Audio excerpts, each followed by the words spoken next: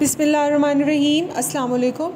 حضرت عثمان غنی کا جذبہ سخاوت۔ حضرت عثمان بن عفان رضی اللہ تعالیٰ عنہ فیضان نبوت کے فیض یافتہ وہ صحابی ہیں جنہوں نے اپنے مال و متاع کے ذریعے خدمت اسلام میں پیش رہے۔ غلاموں کی آزادی کا معاملہ ہو یا مسلمانوں کی خیر خواہی کے کام، توسیع مسجد ہو یا وسعت اسلام کے لیے مالی قربانی، جنگی ساز و سامان ہو یا سوشل ویلفیئر کے کام، ہر معاملہ میں حضرت عثمان غنی نے اپنا مال رسول اللہ صلی اللہ علیہ وآلہ وسلم کی خدمت میں پیش کیا۔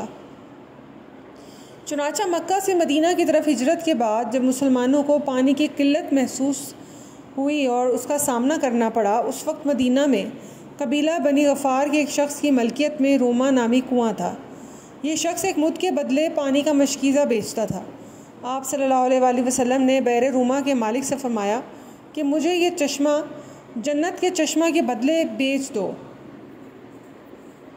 مالک کنواں نے حضور صلی اللہ علیہ وآلہ وسلم کی پیشکش کو قبول کرنے معذرت کی، اور جب اس بات کی اطلاع رسول اللہ صلی اللہ علیہ وآلہ وسلم کے صحابی جناب سیدنا عثمان غنی سے معلوم ہوئی تو آپ نے اس کنویں کو 35,000 درہم کا خرید کر بارگاہ رسالت میں حاضری دی اور عرض کی، یا رسول اللہ صلی اللہ علیہ وآلہ وسلم، اگر میں وہ کنواں خریدوں تو کیا میرے ساتھ بھی ویسا معاملہ فرمائیں گے، یعنی جنتی چشمے کے بدلے مجھ سے قبول فرمائیں گے؟ رحمت عالم صلی اللہ علیہ وآلہ وسلم نے ارشاد فرمایا، بالکل۔ حضرت عثمان غنی رضی اللہ تعالیٰ عنہ نے عرض کیا، یا رسول اللہ صلی اللہ علیہ وآلہ وسلم، میں نے وہ کنواں خرید کر تمام مسلمانوں کے لیے وقف کر دیا ہے۔ حضرت عثمان غنی کو یہ اعزاز حاصل ہے کہ آپ نے رسول اللہ صلی اللہ علیہ وآلہ وسلم کی انفاق فی سبیل اللہ کی ترغیب پر 2 بار جنت خریدی۔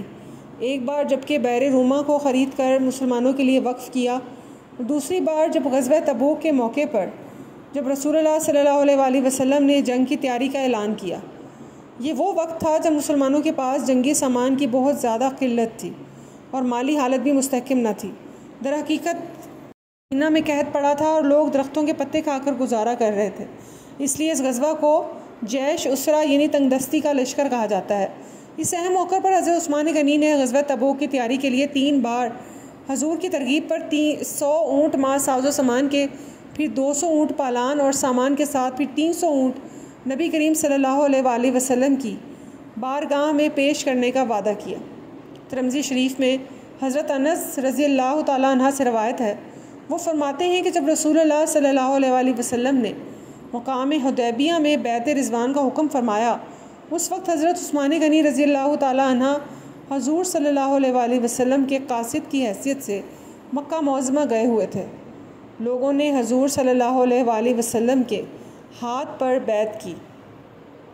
جب سب لوگ بیعت کر چکے تو رسول مقبول صلی اللہ علیہ وآلہ وسلم نے فرمایا کہ عثمان خدا اور رسول خدا صلی اللہ علیہ وآلہ وسلم کے کام سے گئے ہوئے ہیں۔ پھر اپنا ایک ہاتھ دوسرے ہاتھ پر مارا، یعنی حضرت عثمان کی طرف سے خود بیعت فرمائی۔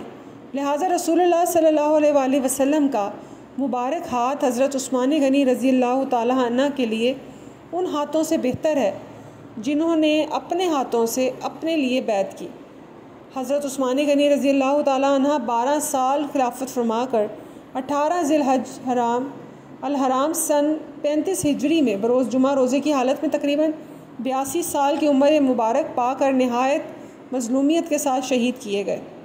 شہادت کے بعد حضرت عبداللہ بن عباس رضی اللہ تعالیٰ عنہ نے رحمت عالم صلی اللہ علیہ وآلہ وسلم کو خواب میں فرماتے سنا، بے شک عثمان کو جنت میں عالی شان دلہا بنایا گیا ہے۔